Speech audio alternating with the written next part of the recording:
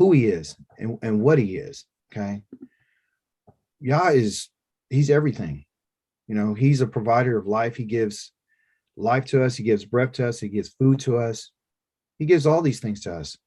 And often we forget about that. We go on with our lives and we don't even give it a second thought.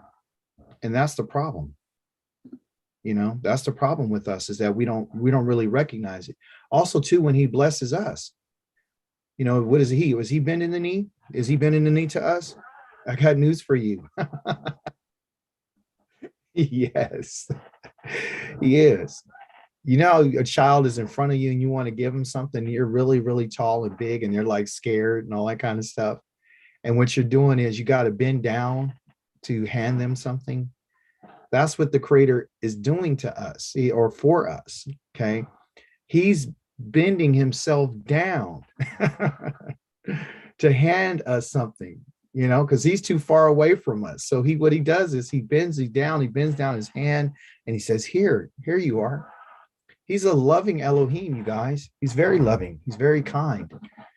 And often we don't hear that about him. We've been taught that he's a God of anger and hostility, and he's a God of you know, jealousy. And those things are true, but it's not all the way true. That's not who his character is. Okay. So what we want to do is we want to find out, what is his character? Okay. So let me go to his character right quick and show you who he really is. This is the king that you and I are serving. So let me go right here. Go here, 28. Yeah. There you go. Can you guys see my screen? Yes or no?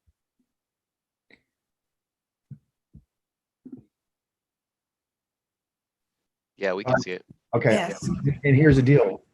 I'm telling you guys right now, as your brother ACHI'KA, I'm telling you right now, I want class participation.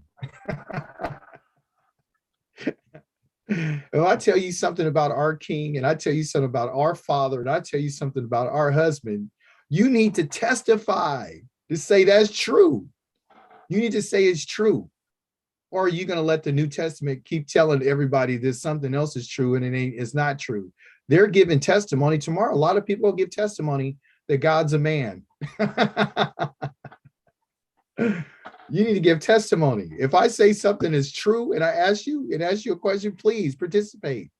Let the Creator know that you understand what he's talking about, because he ain't just talking to me, and he's talking to all of us. Okay. But listen, chapter number 34 talks about this is a time when the Creator was trying to decide whether he was going to destroy Israel. Okay. Because they built an image of a golden calf, and he told them never to do that. And so Moshe was begging him in chapter number 32 and chapter number 33, saying, hey, you know, don't kill him, please. Just, you know, let him go. And Yah says, no, whoever sinned against me is the person who's going to die. So he said, please just go with us. And he's like, no. He said, I don't know.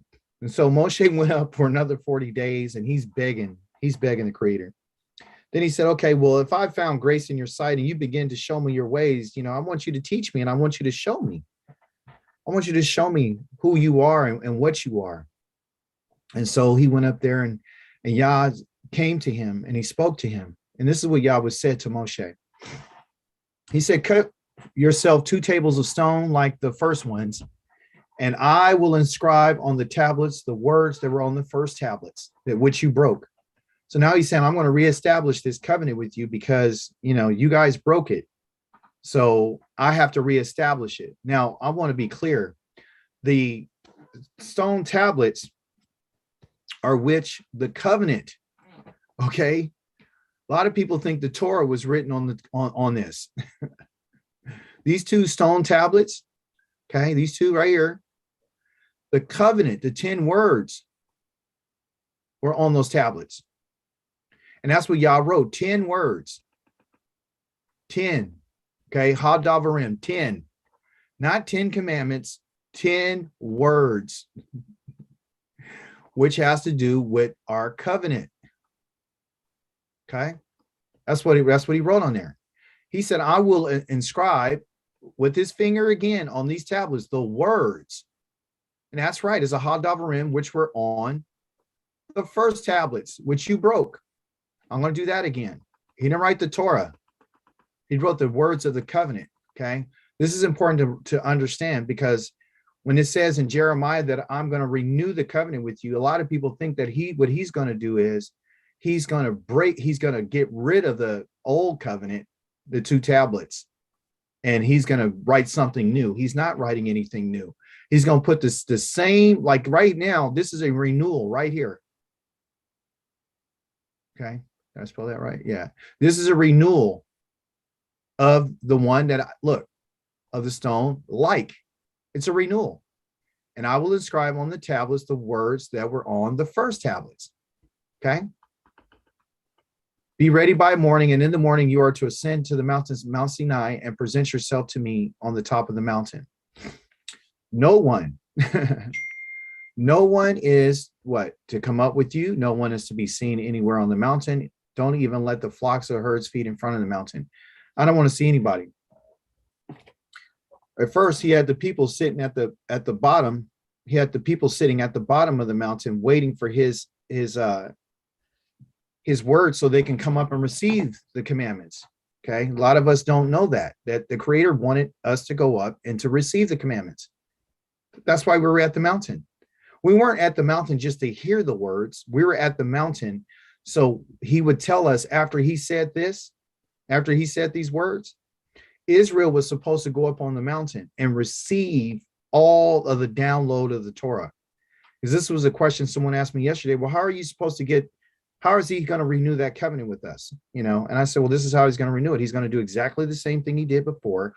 He's going to bring us out to the wilderness. And when we get to the wilderness, he said, I want to plead with you. They got that word judge in there, but judge doesn't always mean, hey, I'm going to, put the hammer on you. It says that I'm going to make a decision. I'm making some decisions. And the decision that I'm making is I'm pleading with you. I'm telling you what it is. I'm giving you the information to let you know what I expect from you. So Israel was supposed to go up on that mountain, and they never did. Okay. And they asked for Moshe to go on their behalf. And that's the only reason that we have prophets, is because Israel said they didn't want Yah to speak with them any longer. Okay. So then it says this, and Moshe cut 2 stone tablets, okay, like the first, and then he got up early in the morning and the 2 stone tablets in his hand, and he ascended to Mount Sinai as Yahweh had ordered him to do. Okay. And Yahweh descended in the cloud. This is, okay, he descended in the cloud. And he stood with him there, and he pronounced the name of Yahweh. Okay.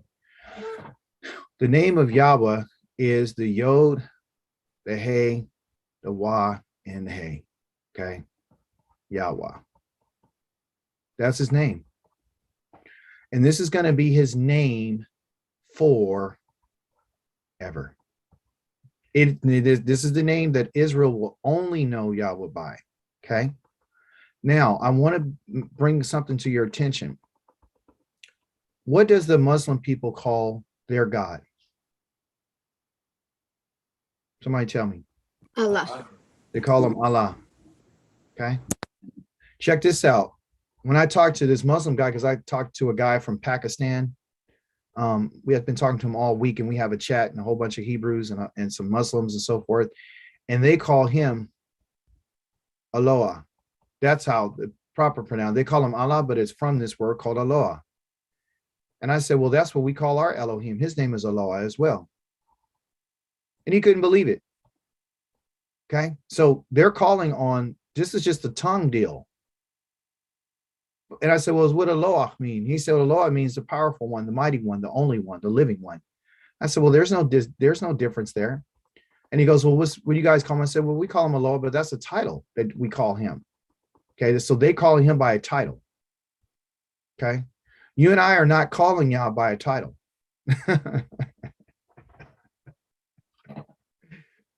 It's so personal with us. The Yah gives us his name. Okay. This is crazy. This is not a title. This is a pronoun. Okay. This is a personal pronoun. This is his name. Okay. So Yah has revealed his name to you and I as his people, personal. Our relationship with him is different. He might have other people and nations that he deals with. He's not just dealing with Israel, he's dealing with the whole world.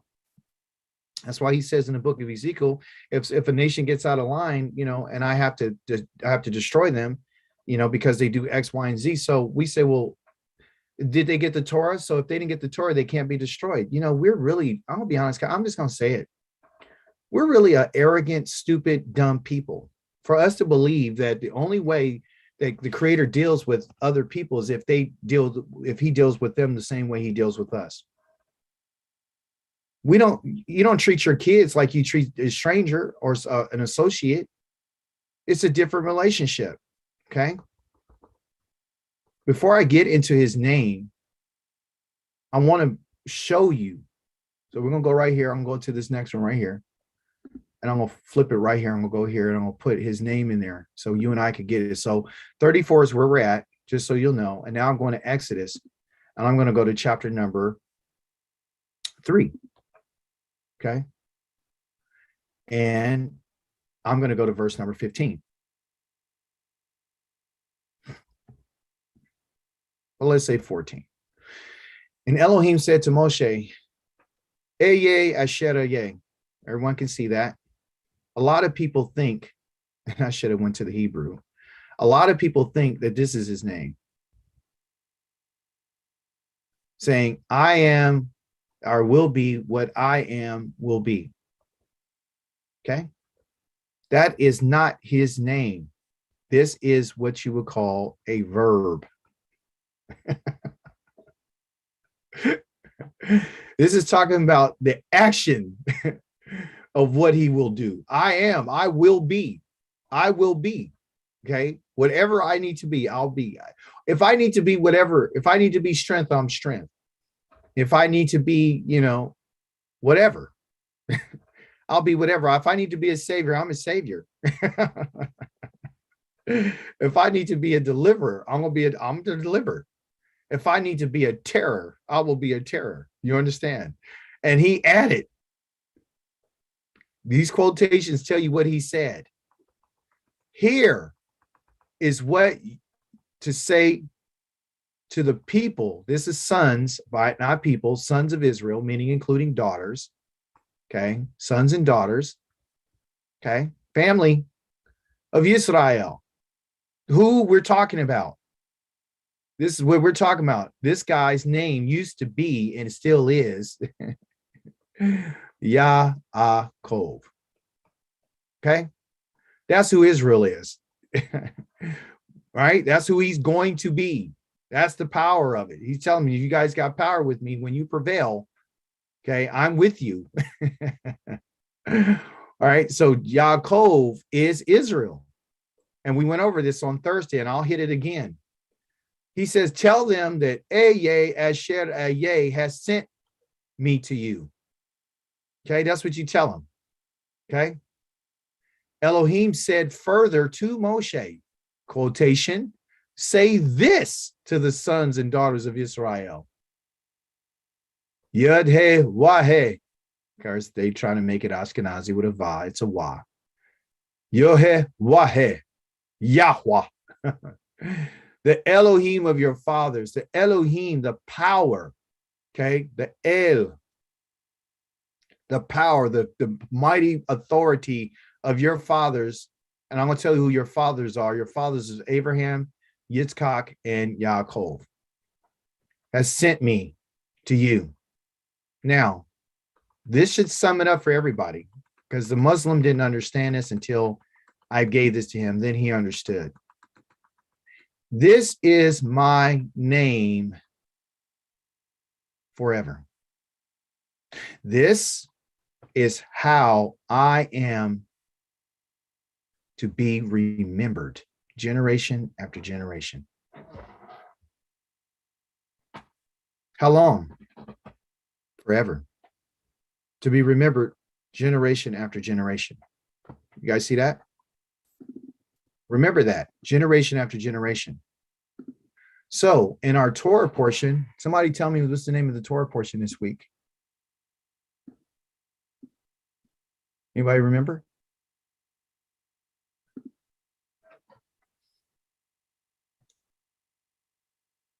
Here it is. You forgot. Toledoth. And what do you think Toledoth means?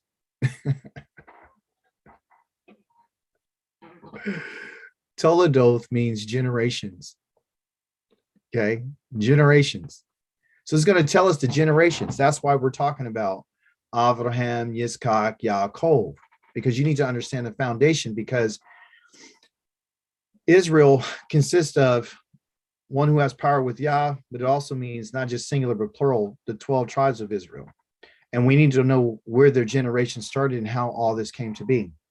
So what I'm doing right now is setting the stage to let you know how this came about and who is our father and who our fathers are, so you can understand the relationship and how the one who we're in a relationship with tells us that I want to be known from generation to generation.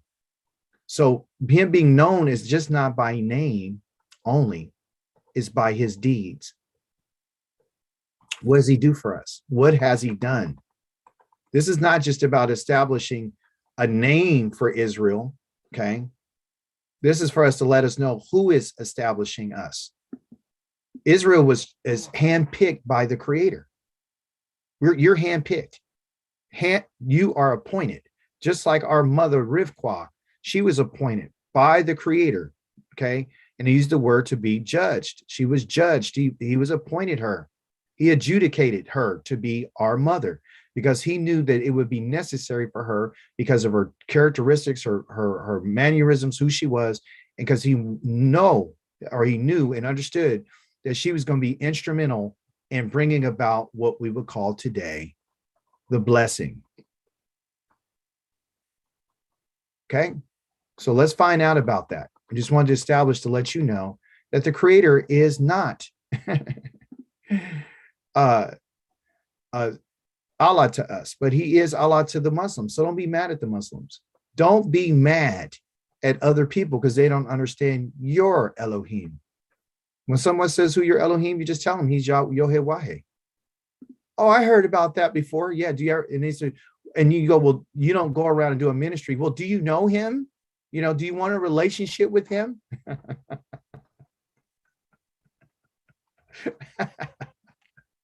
Let me ask you guys a question. How could we try to put somebody else in a relationship with Yohe and we are in exile?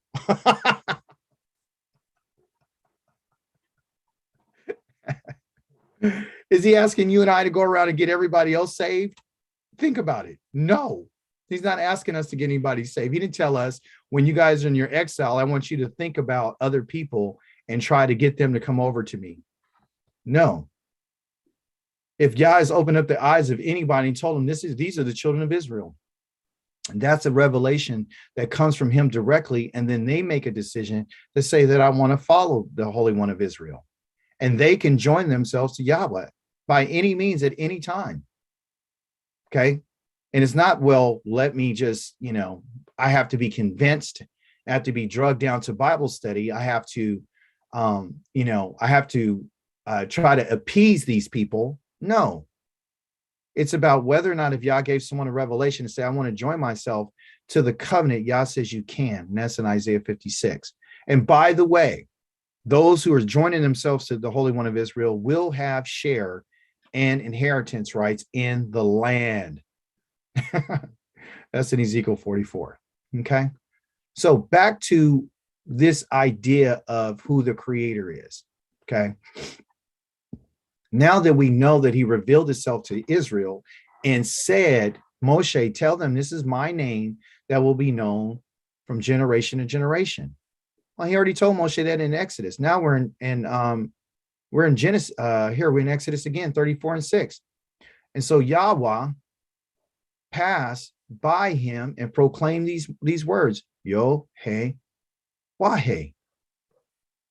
And then he says it again, Yo, hey, Wahe. Yahweh is Elohim. That's who Elohim is for Israel. Okay. Here's his characteristics and his attributes. Yah is merciful. This is what the creator said. Yah proclaimed these words, not Moshe. He says, Yahweh is merciful. He's compassionate. He's slow to anger. He's rich in grace and truth. You understand? And he's showing grace to the 1,000th generation. You hear that generation? 1,000th generation. What does he do? He forgives offenses and crimes and sins. That's how he does it. And he does not exonerating the guilty. The guilty will never get off. If you're guilty, you're not getting off. I committed sin. Should I have my sins forgiven? Your sins can be forgiven. But what God doesn't allow is if you are guilty, you're guilty. If you're guilty, you're guilty. He's not going to exonerate the guilty. And what he say? Well, I thought you said he forgave sins and crimes. Yes, he does. But even in his forgiveness of offenses, and even in his forgiveness of crimes and sins, he does not exonerate the guilty. He doesn't kill the innocent for the sake of the guilty. He's not going to do it. He's not going to let anybody go. He's not going to let me go. I don't get to go. You don't get to go. Mama doesn't get to go free. And not only mama, but put a big mama on there. Big mama don't get to go free. Grandpa's guilty. Auntie's guilty. Uncle, everybody's guilty. Friends, doesn't matter. Yah would not be who he is. So what am I trying to show you? Oh my goodness. What am I trying to show you? I'm trying to show you that no matter what's going on, what is part of his name, listen to me, the reason why he proclaimed these letters, okay, is to tell you what's included in these letters.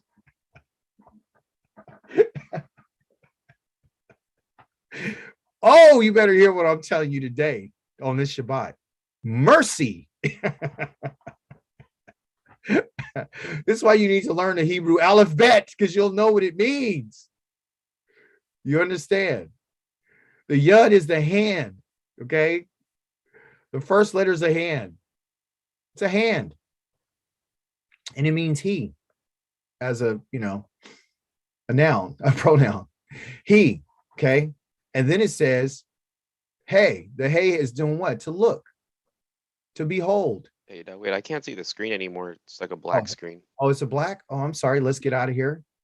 Let's reconnect. Thank you, Kel. Let's go back and thank you so much. Can you see my screen now? I can't see it. I don't know if it's just me. Maybe. No, I can't see it either. Okay, nobody can see it. Okay, so we'll do this. We'll that's interesting. You can see me though right now. Okay, so let's see if we could share something else and see if you can see it. Can you see a clear board now? No, it No. just is a black screen. It says you started screen sharing, but that's all I can see.